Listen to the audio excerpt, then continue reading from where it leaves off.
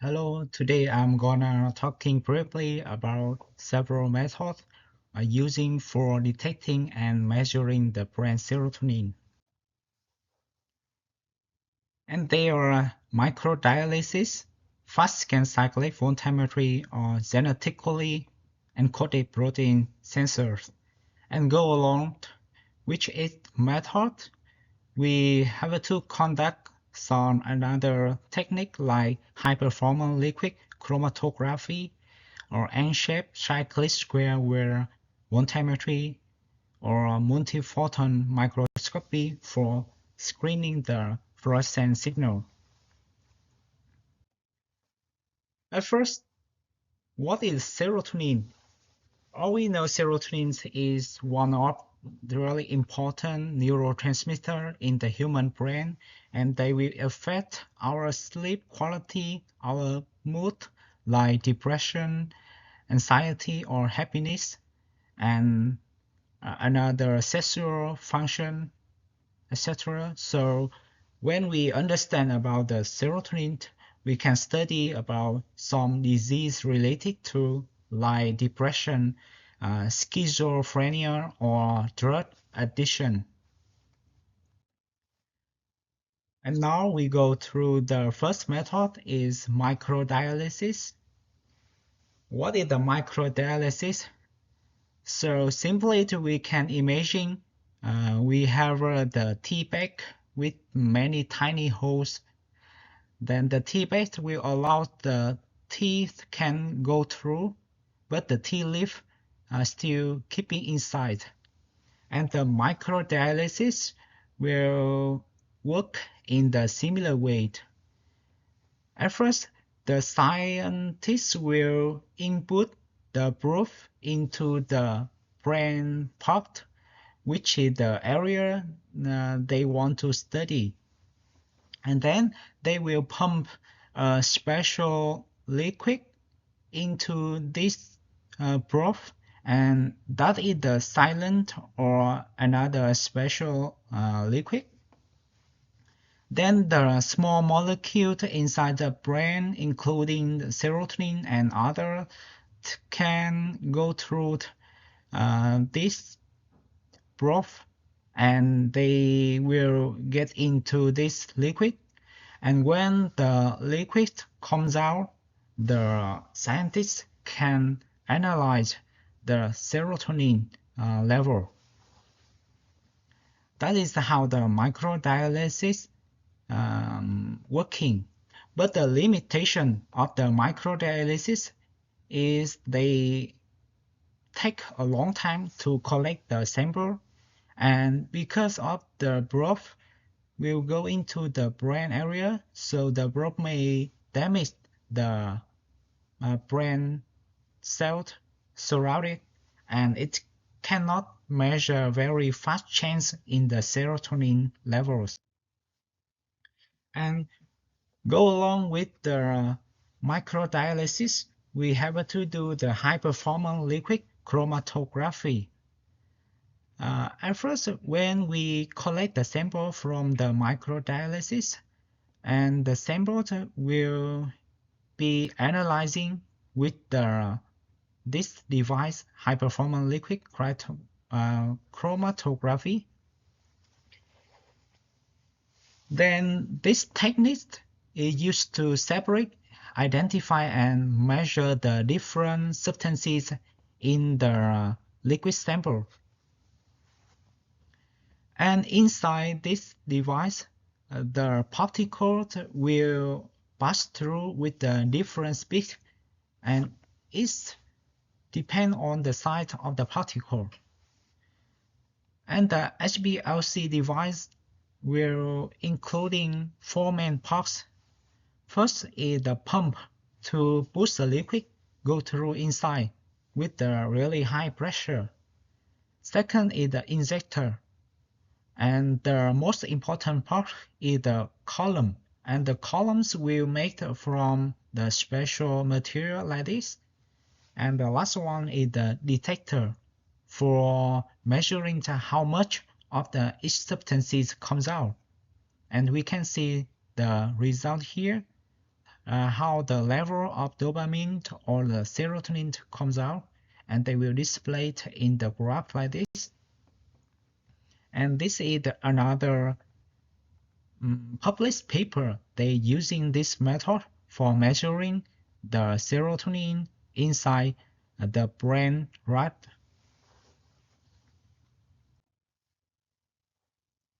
We go to the second method is fast scan cyclic volumetry. For the fast scan cyclic volumetry, we can imagine that we are having a lot of water, and how we detect this water included salt inside or not. Then we can apply the electric current. Then if there is the salt inside, the electric current will be more strongly. So the fast scan cyclic volumetry is working in the same principle.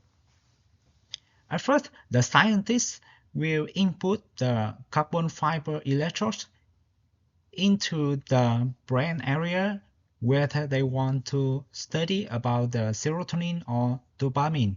And these images I got from the Google, so I just keep the dopamine with the same structure and function like the serotonin. And when we apply the really rapidly electric current in cycle, it means we increasing the voltage or decreasing the voltage in the over time, and we keeping the same method, then the dopamine or serotonin, they will lose the electron by the oxidation, and then they gain the electron because of the reduction in the reverse way. Then they will generate the new current, and we have the device to measuring this electric current with the strong current.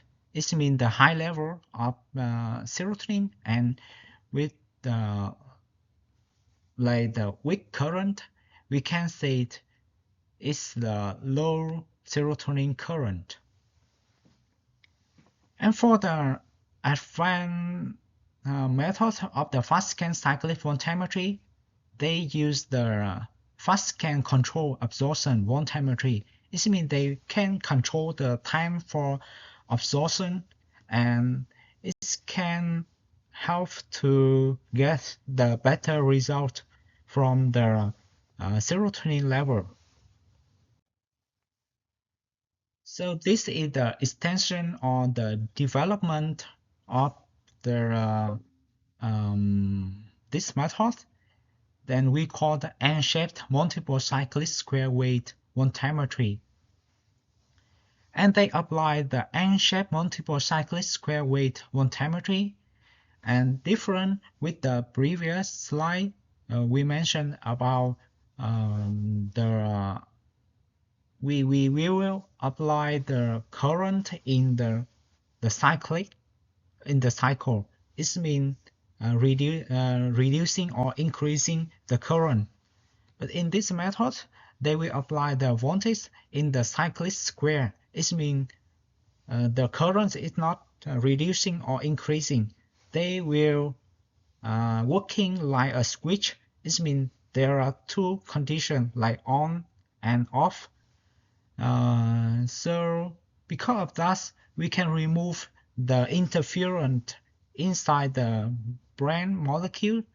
Then the signal will be removed by the noise, and we get more precisely about the data.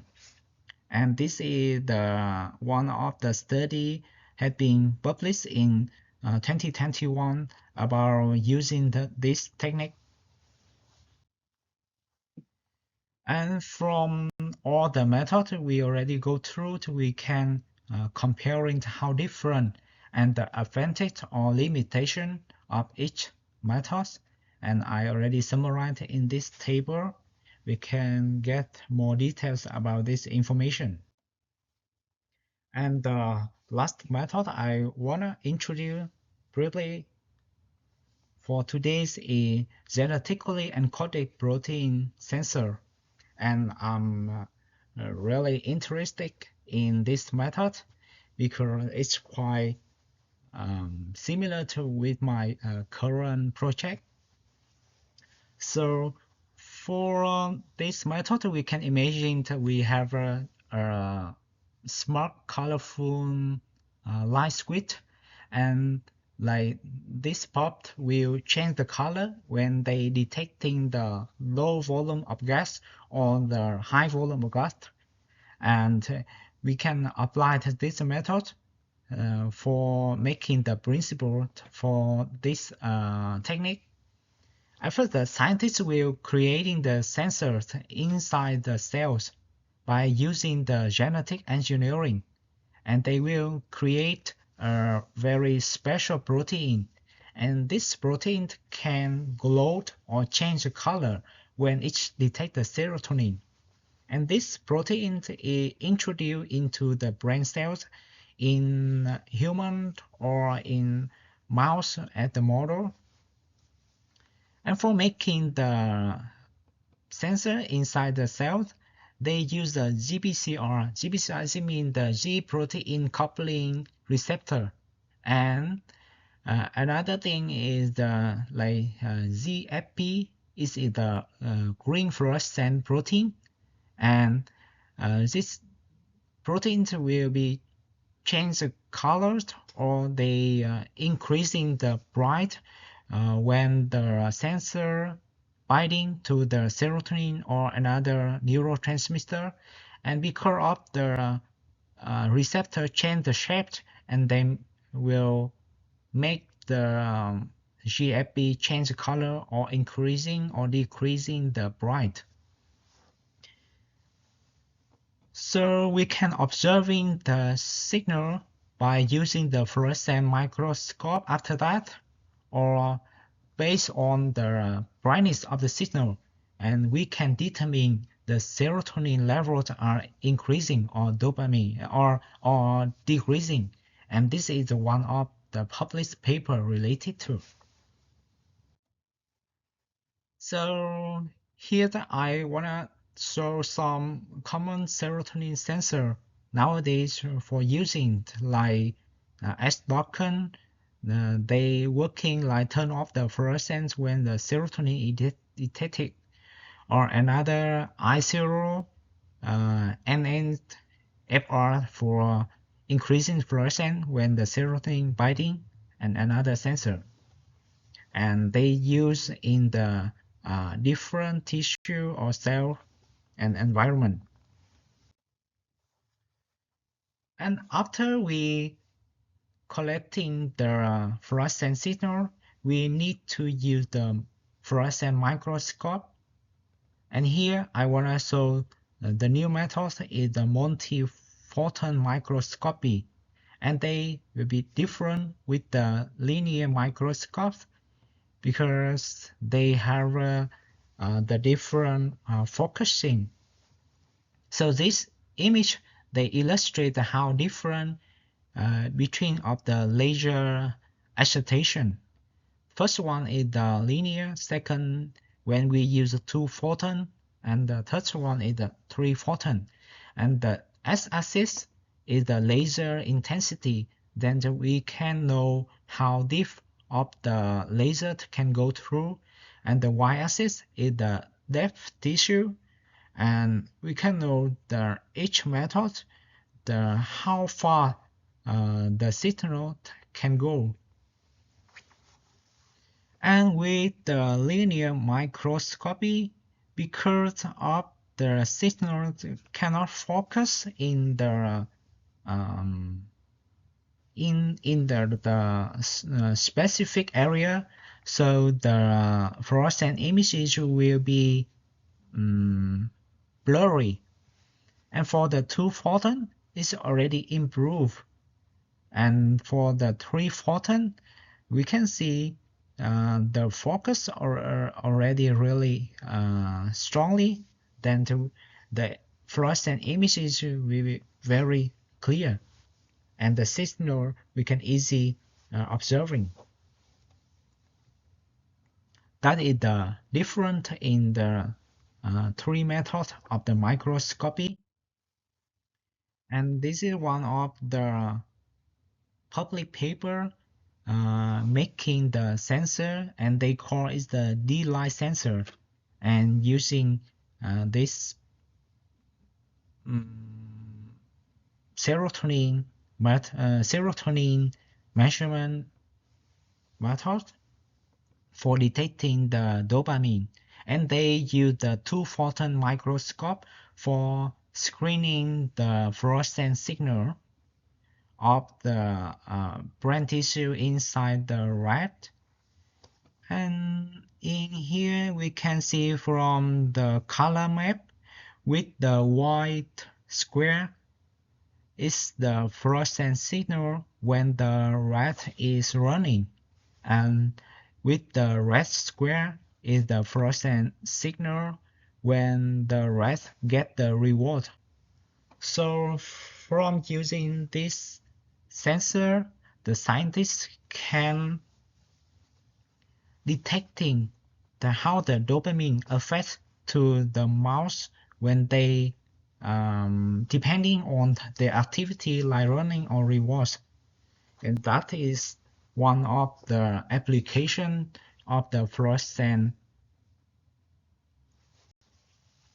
signal measurement and using the serotonin measurement method